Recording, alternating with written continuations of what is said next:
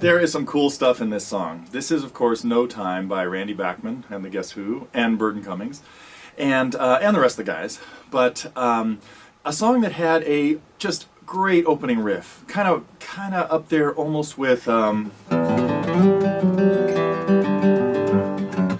maybe not quite, but in that league, just maybe not quite at the top of it. Anyway.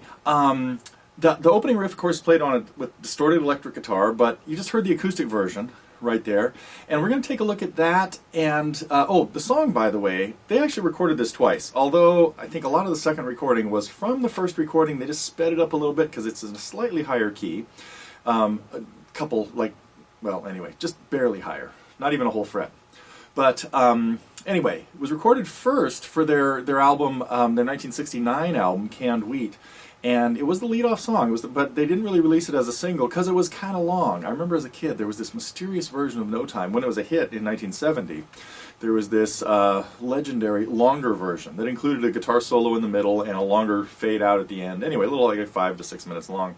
But they kind of pared it down or trimmed it to a little shorter and a little more focused and a little faster for the 1970 album American Woman. So if you're looking for the one that you hear most of the time, like on the radio or on the internet or whatever, it's probably the one from American Woman. Although if you find it on Canned Wheat, it's pretty cool too. So now it opens up again with this distorted guitar part that Randy's playing, and it includes a big bend in there that I can't do on my third string.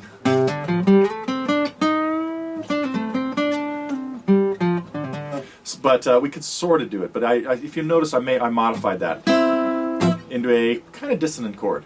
But so we have the intro, and then we have just the rhythm guitar parts. Fairly easy, just kind of strumming with a little bit of muting of certain strings in this. Another section. What is really the chorus to the song is kind of unusual in songs in that it really starts with the chorus because it keeps coming back to that same part, No Time Left for You, On My Way to Better Things.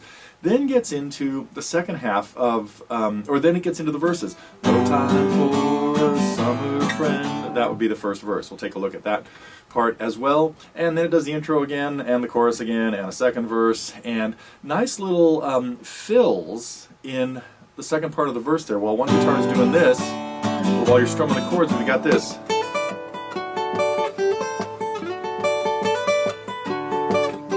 We'll take a look at that. So we are going to look at some of the lead things that happen in this. And even one more, there's a dual lead part when they get to this. Before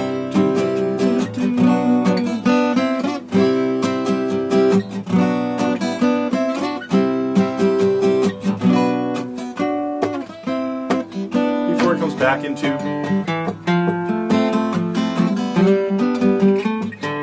So anyhow, a lot of fun stuff in this song.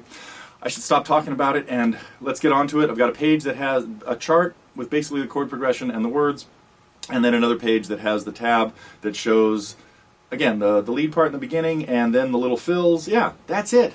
So let's take a look at the Guess Who's cool tune, No Time. Well, that was the first part to the lesson I put together at Totally Guitars as part of the Target program on the great tune, No Time. And what we do in this, half of it is very easy. We just take a look at strumming the chords. So some of it's dedicated to just being the rhythm guitar player, playing along with Randy and Burton and the guys. And but we take a little more extended look at the leads, where we play an acoustic version of course, this, and all the stuff you have to do in there. And since we can't quite bend this note as well on an acoustic guitar, we have a substitute for that. Nice little dissonant major 7 chord. Major 7 chords always don't sound dissonant. But anyway, the lesson on No Time is up now as part of the Target program. We of course have a lot of other free lessons there as well. If you want to work just a little bit on the chords, the really important thing that you have to do in this song is play a D chord, making sure that you're killing the first string. So it's really a D5 or a power chord, using your third finger to kill the top string. Then go to an F major 7, where you're going to hit all 4 strings. Open on the first string, all 4 top strings.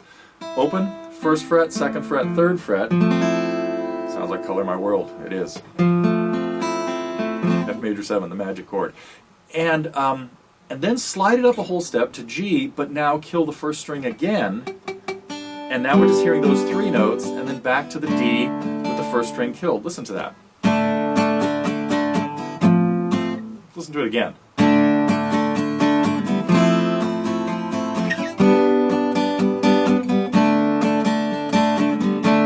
Second time around, same thing, but when it comes back to the D at the end, hit a whole D major, and then it heads off into each verse. So get started with that, but if you want to see the rest of the song, come on over and visit us at totallyguitars.com.